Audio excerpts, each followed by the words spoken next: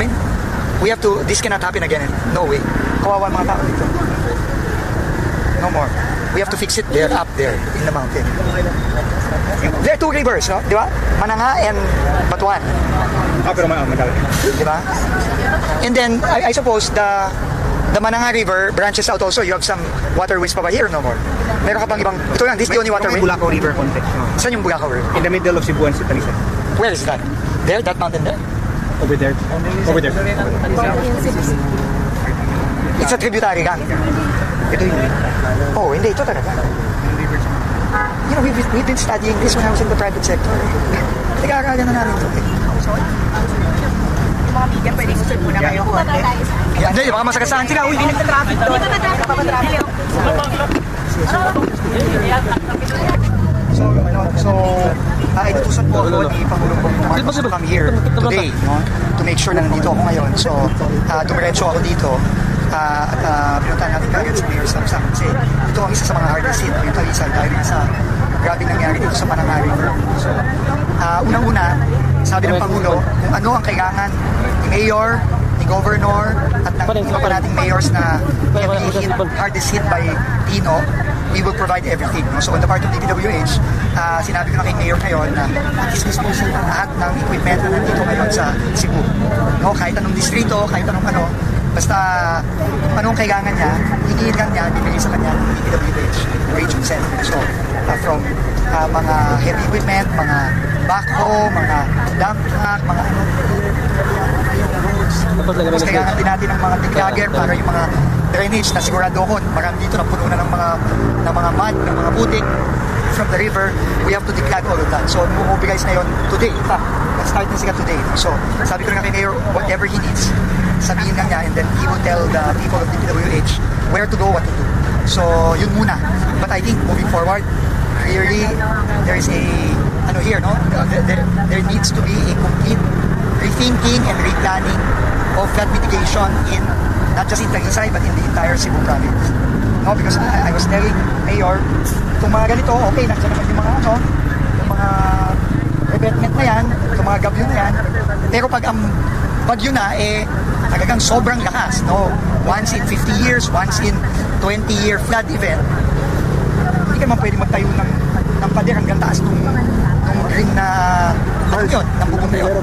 So, the solution is really to control the water from upstream, from the mountain, going down. Sad to say, hindi yun ang ginawa in the past, 10, 15 years. No, tinanong ko kay Mayor, when meron bang demonstrate sa upstream na kahit anong impounding or flood control sa taas, wala. So, sa taas, which is Cebu City part, no? Mananga. Kasi ang Mananga sa Cebu City nagsastart yan. Ang problema, ang bagsak ng lahat ng tubig, Taglisay. No? So kung hindi mo kinokontrol yung tubig sa taas, talagang paulit-ulit lang ito mangyari. So that needs to change na. Hindi na pwede. Is it a matter of inadequate infrastructure or substandard infrastructure or both? No, I think it's both. No, it's both. Inadequate because the most important flood control was never done. And the most important flood control for this area, which is the downstream of a major river system in Cebu, is to build dams upstream, dun sa taas ng bundok, para nakokontrol multiple dams, nakokontrol ang pagbagsak ng tubig, and hindi mangyayari yung nakita natin nangyari dito. Kasi kung walang control sa taas, wala, tuloy-tuloy yan. What about the substandard? Well, we will have to investigate that. Sa pagkakaalam ko, there are several projects in Cebu that the ICI is already investigating.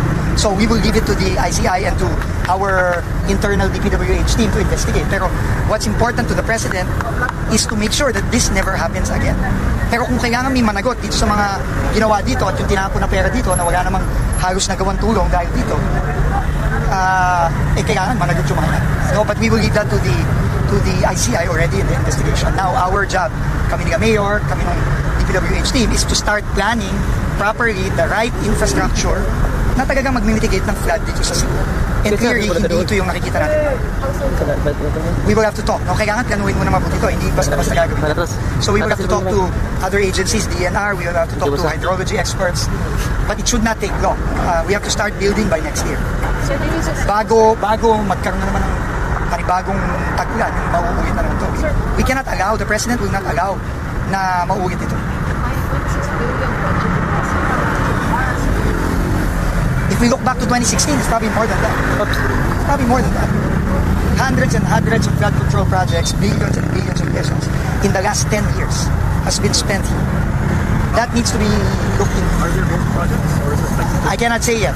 I think there are suspected in Cebu in the list ng ICI, but we will have to let ICI do its job. They will have to do their job.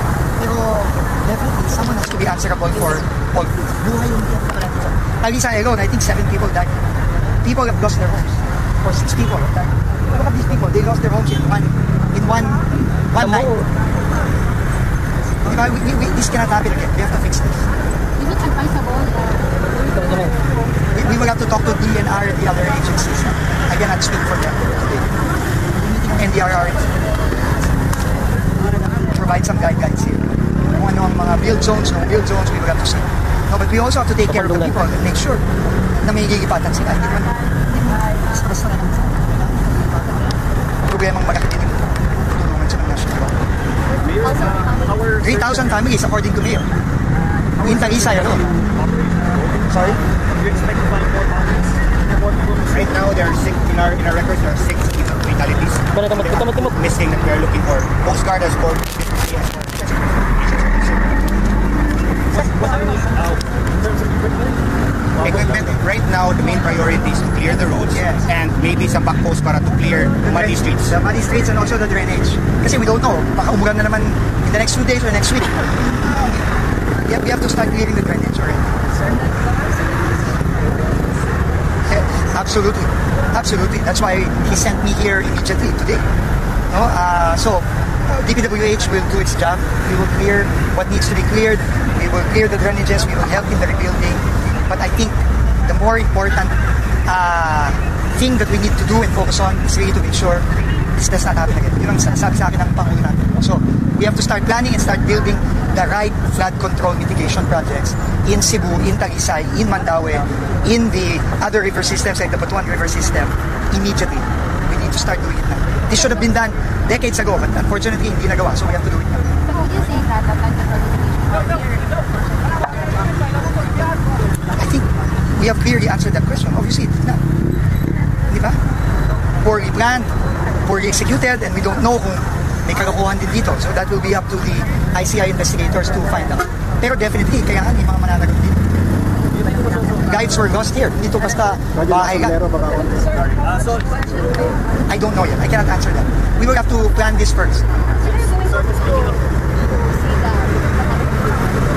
Today, maybe not. I don't have time because I have to go back to Manila. But I've already sent si DE Janet. Kahit na they're still busy from the earthquake, they have to take care of what happened in Liloa. I already communicated with Secretary Frasco and also to Congressman Duke. I messaged them already that I'm here. I also messaged Governor Pang, but I think she's in Danao right now. So we will coordinate with the provincial government, the LGUs, to really do what we can to help and rebuild as fast as possible. At the homes, was it also a factor that a lot of people did not evacuate? People, from my understanding, people did not evacuate there because it's not usually an area that the river overflows to. Then it overflowed because of the water. That's why water came.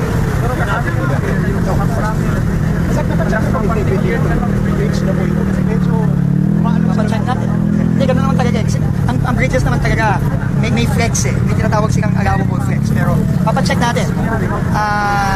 Pero ang importante talaga is, we have to do something about how to help Mayor Samsam and the people of Talisay rebuild it. Nakakaiyak tong nangyari dito ngayon.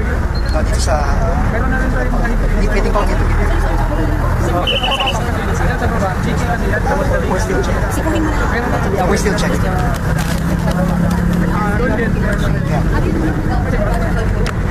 Olo. I have to check. Sorry, right now ang iniisip ko yung mga kababayan natin dito sa Cebu at sa Talisay. No? Siguro mamaya na muna yung mga tanong na ganyan. That's really maybe better for ICI to answer. Last question. Okay, thank you. Okay. Thank you everyone. What's next?